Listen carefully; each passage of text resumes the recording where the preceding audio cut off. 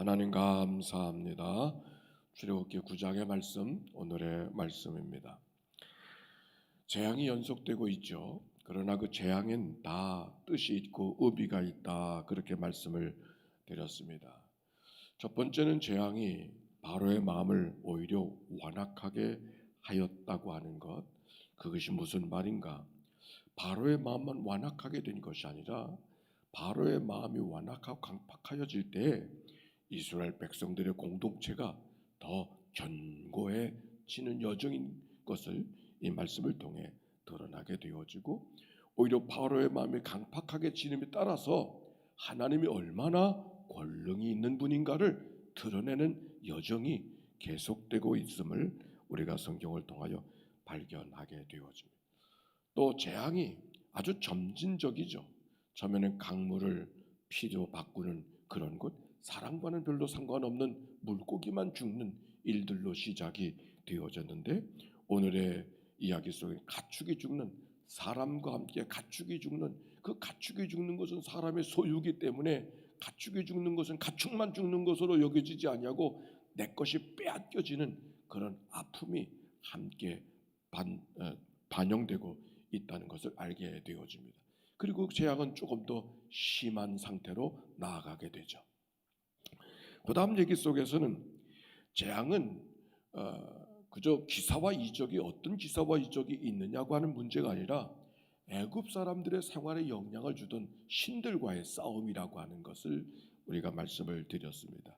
그래서 백성들을 애굽의 신들로부터, 애굽 백성들, 이스라엘 백성들을 영향을 주던 애굽의 신들로부터 백성들을 떼어내서 하나님을 제사하는, 하나님과 가까이 나아가게 하는 그런 여정이 재앙의 연속이라고 하는 것을 이미 말씀을 통해 나누었습니다. 그래서 그 재앙이 어제의 말씀대로 내 백성과 내 백성을 구별하는 사건이 재앙이라고 하는 것, 그래서 이스라엘 백성들을 애굽과 구별하는 역사의 여정을, 그걸 반복하는 것을 성경을 통하여 발견하게 되어집니다. 오늘은 다섯 번째 재앙, 가축의 악질이 돌고, 여섯 번째 재앙, 독종이 드러나고, 일곱 번째 재앙, 우박이 드러나는 일들을 통해서도 하나님이 동일한 일들을 이루어가고 있는 것을 발견합니다. 자, 9장 1절 말씀 같이 한번 읽어봅시다. 시작. 여호와께서 모세에게 이르시되 바로에게 들어가서 그에게 이르되 히브리 사람의 하나님 여호와께서 말씀하시기를 내 백성을 보내라. 그들이 나를 섬길 것이니라. 내 백성을 보내라. 하나님께서 이스라엘 백성들을 향하여 내 백성이라고 이야기했어요. 하나님 백성이라고, 바로의 백성이 아니고 하나님의 백성이라고, 하나님이 책임져 주시겠다는 말씀이 이 말씀인 것이죠.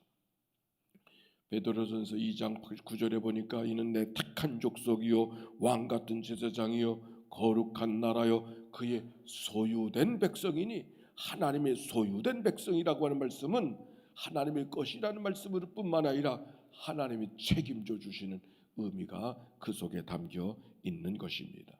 내 백성을 보내라. 그들이 나를 섬길 것이니라. 내 백성을 보내라. 내 땅에 있는 백성들, 그들이 나를 섬겨서 내 백성이 아니라 나를 섬기는 내 백성으로 그들을 구별할 것이라는 말씀이, 이 말씀이 옳습니다. 자, 그런데 2절과 3절 시작. 네가 만일 보내기를 거절하고 억지로 잡아두면 여호와의 손이 들에 있는 네 가축 곧 말과 나귀와 낙타와 소와 양에게 더하리니 심한 돌림병이 있을 것이다. 내가 내 백성을 보내라는 내 말을 거절하면, 하나님의 말씀을 거절하면 어떤 일이 벌어지겠다? 말과 나귀와 낙타와 소와 양과 돌림병이 돌게 하겠노라. 그 들에 있는 그 모든 가축들, 내가 소유로 생각하는 그 가축들이 하나님의 손이 그들을 치게 될 것이다. 무엇으로? 돌림병. 하나님의 손이 그들에게, 이 하나님의 손이 뭔가? 돌림병이 하나님의 손이라 그렇게 말하고 있는 것이죠. 여호와의 손이 들에 있는데 가축에게 더할 것이니 심한 돌림병이 있을 것이다. 하나님의 손, 여기 하나님의 손은 지팡이를 말하는 것인데 지팡이가 하나님의 손으로 그 이전의 말씀 속에 들려져 이 말씀이 연결되어져 있습니다. 그런데 돌림병이 하나님의 손이다. 이 야드 야하에 그러고 보니까 메르스는 낙타에서 왔다고 그러고 광우병은 소에게 왔다고 그러고 또 지금 이 코로나는 어디서 왔는가요? 어쨌든지 이 가축들에게 돌아가는 돌림병들 그것이 하나님의 손이다. 코로나19가 하나님의 손으로 하나님이 다루심이 아닌가요? 8장 99절에 보니까 바로의 술사들이 모세의 지팡이를 통하여서 범하여지는 재앙을 가리켜서 하나님의 권능이다. 그 권능이라는 말은 하나님의 권능이다. 그 권능이라는 말은 하나님의 손이다. 동일한 말이 옳습니다. 히브리 말로는 동일한 말이에요. 지팡이가 권능, 손 이런 뜻을 갖고 있는데 전염병이 무엇인지를 돌림병이 무엇인지를 성경은 말하고 있지 않지만 그게 하나님의 손이다. 그렇게 말씀하고 계시는 이야기는 돌림병을 하나님의 손으로 사용하고 계시다 하는 것을 말씀을 통하여 발견하게 되어집니다. 그런데 이 말씀을 보니까 잘못은 사람이 했는데 잘못은 바로가 했는데 심판은 누가 받아요? 가축이 받아요. 아니 가축이 잘못한 게 아니요. 잘못은 사람이 했는데 심판은 가축이 받는다. 말과 나귀와 낙타와 양과 소에 대한 심판은 단지 말이 미흡고 낙타가 미흡고 소가 미흡고 양이 미운 게 아니죠. 바로의 소유를 주님이 심판하고 있는 거죠. 바로의 소유를 하나님이 심판하고 계시다. 뿐만 아니라 여기 가축들은 가축이 아니라 신들의 상징이에요. 신들의 상징, 애굽이 섬기는 신들의 상징. 애굽 사회는 다실론의 사회이기 때문에 그 신에 대한 상징들이 있는데 그 상징들이 대개 보면 반수, 반인, 위의 몸체는 동물의 모습을 하고 아래는 사람의 모습을 한 반수, 반인 이런 모습으로 신들의 상징을 하고 있는데 오늘 여기 성경에 나오는 가축들은 단순히 가축이 아니라 그들이 복을 달라고 그들이 제사하던 신들의 상징들인 것을 생각해 보면 가축을 치는 것이 아니라 그들의 신들을 치고 있음을 성경을 통하여 발견하게 되는 것이죠. 이 얘기는 거꾸로 사람이 잘못했는데 가축을 친다. 우리가 일이 생기고 사건이 생기면 가축을 탓할 일이 아니라 내가 무엇을 잘못했는가? 내가 돌아서야 되는 나에게 하나님이 하시고자 원하시는 말씀이 있음을 우리가 생각해야 할 것입니다. 그런데 그 목적이 어디에 있는가? 4절 시작. 여호와가 이스라엘의 가축과 애굽의 가축을 구별하니니 이스라엘 자손에게 속한 것은 하나도 죽지 아니라 하셨다 하라 하시고 그랬어요. 그들에게 가축의 악질을 통해서 하나님의 재앙이 임하게 되어졌는데 이상한 것은 애굽의 가축들만 죽고 이스라엘의 가축은 죽지가 않는 거예요. 그러니까 무슨 재앙이 임했는가 이게 중요한 것이 아니라 어찌하여 애굽의 가축들은 죽고 이스라엘의 가축은 죽지 않는가 이게 중요한 거예요. 여기에 하나님의 의도가 있는 것이죠. 6절의 말씀은 이렇게 말하지 않습니까? 이튿날에 여호와께서 이 일을 행하시니 애굽의 모든 가축은 죽었으나 이스라엘 자손의 가축은 하나도 죽지 아니하리라 한지라 그랬어요. 그동안 하나님의 구별의 역사를 통해서는 몇 가지의 구별이 있었어요. 첫 번째 구별은 땅에 대한 구별이요. 고센 땅, 이스라엘 백성들을 구별된 땅에 가서 살게 하지 않았습니까? 고센 땅. 또 어떤 구별이 있었는가? 사람에 대한 구별, 내 백성과 내 백성을 구별하리니 그렇게 말씀했잖아요. 그런데 오늘 성경에도 보니까 가축을 구분하셔요. 가축을. 이스라엘 백성들의 가축과 애굽의 가축을 구별하고 계시다. 소유를 구별하고 계시다. 첫 번째는 땅에 대한 구별, 거주에 대한 구별. 두 번째는 사람에 대한 구별. 세 번째는 소유에 대한 구별. 하나님이 구별하기를 원하신다. 우리가 살아가는 것도 거주하는 것도 하나님이 구별된 자리에서 살기를 원하시는 줄로 믿습니다. 우리의 사람도 하나님이 구별되기를 원하신다. 오늘 소유도 구별되기를 원하신다. 오늘 하나님께서 재앙을 이스라엘 백성들에게 보내는 이유가 어디에 있는가를 성경이 이야기하고 있는 것이죠. 그게 4절의 말씀. 자, 5절도 읽어봅시다. 시작.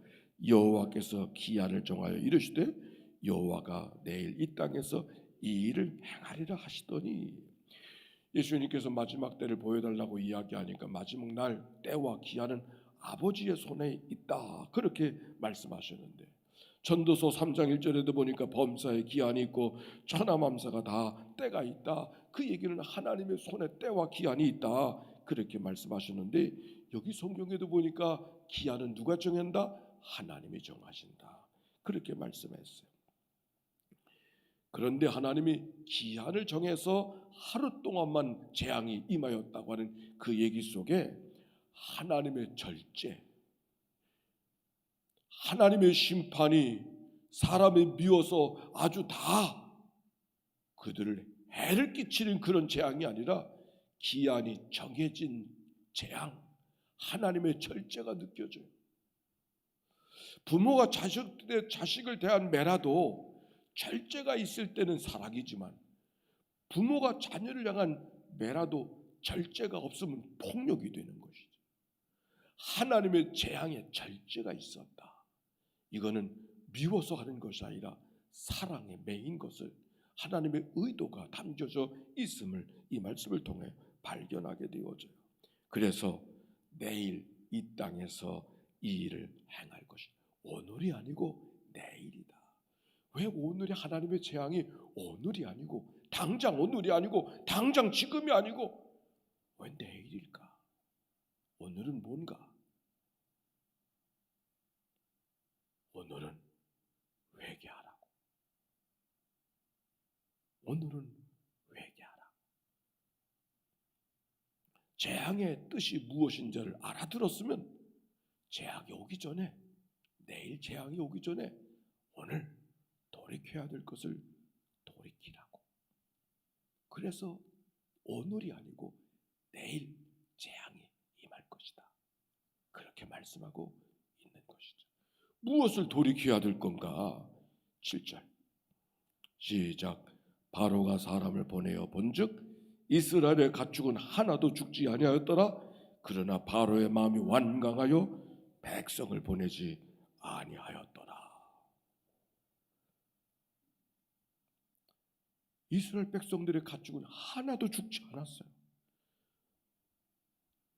이 재앙이 누가 일으키는 재앙인 것을 뻔히 알게 됐어요.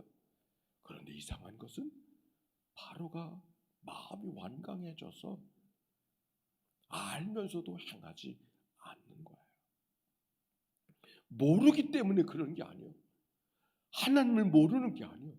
하나님의 권능이, 이것이 모든 재앙들이 애굽의 신들이 아니라 저들이 섬기는 하나님이 행하는 일인 것을 모르는 게 아니에요. 알면서도 마음이 완강해서, 완악해서 돌아서지 않는 거예요. 성경은 이것을 이렇게 말하고 있어요. 9장이죠? 17절 같이 읽어봅시다. 17절 말씀, 16절과 17절 시작. 내가 너를 세웠으면 나의 능력을 네게 보이고 내 이름이 온 천하에 전파되게 하려 하였음이니라. 네가 여전히 내 백성 앞에 교만하여 그들을 보내지 아니하느냐. 무엇이 문제예요? 교만. 뻔히 알면서도 돌아설 줄 모르고 돌이킬 줄 모르고 교만.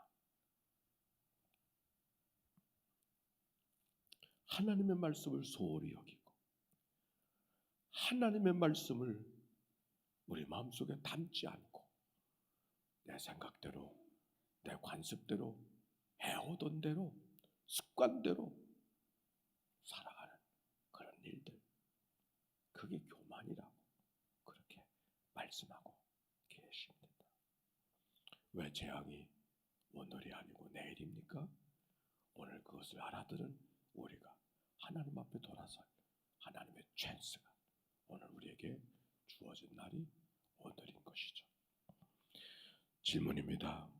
바로의 이야기가 바로만의 이야기가 아니라 내 안에도 바로가 있지 않습니까?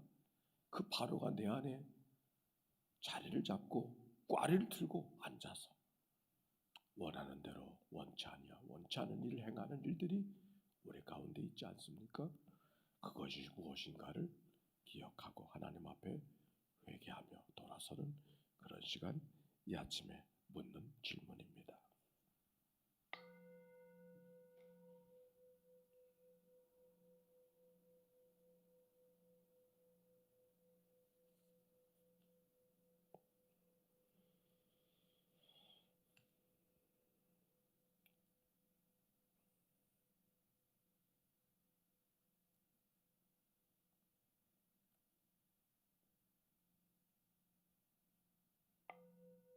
하나님, 새날을 주셨으니 감사를 드립니다. 그저 재앙이 재앙으로 연속되는 줄 알았더니 어떤 놀라운 기사와 이적이 만들어지고 있는가를 우리가 살펴보려 하였더니 그 재앙 속에는 나를 다루어 가시는, 나의 가슴을 두드려 주시는 또 다른 말씀들이 있는 것을 발견합니다. 하나님, 이 말씀을 통하여 말씀이 지렛대 되어 나를 더 하나님 앞에 다듬어 가시는 이 한날이 되도록 인도하여 주옵소서. 오늘 우리가 하나님 앞에 기도하는 제목들을 연락하여 주시옵시고 우리가 살아가는 모든 삶의 사건들을 바라보고 기도하게 하실 때 그 안에 하나님의 손들이 담겨져 있음을 기억하고 하나님의 무엇을 말씀하시는가를 우리가 마음을 열고 온몸을 귀삼아 말씀을 듣게 해 주시어서 하나님의 선한 뜻을 잘 이루어가는 저희들 되게 해 주옵소서. 시대를 잘 분별하고 내 안의 사건들을 잘 분별해서 하나님의 기쁨이 되어지는, 무슨 일을 하든지 하나님의 기쁨이 되어지는, 무슨 말을 하든지 하나님의 기쁨이 되어지는 그런 한날이 되도록 인도하여 주시옵소서. 내 안에 바로와 같은 잘못된 습관들과 잘못된 관성적 일들을 다 제하여 주시고 성령께서 이끌어 주시는 충만함으로 승리의 삶을 이날도 살아가게 하여 주옵소서. 오늘도 드려진 예물을 축복해 주시고 예물 속에 담겨지는 저들의 간절한 기도를 연락하여 주소서. 항상 기뻐하라, 쉬지 말고 기도하라, 범사에 감사하라.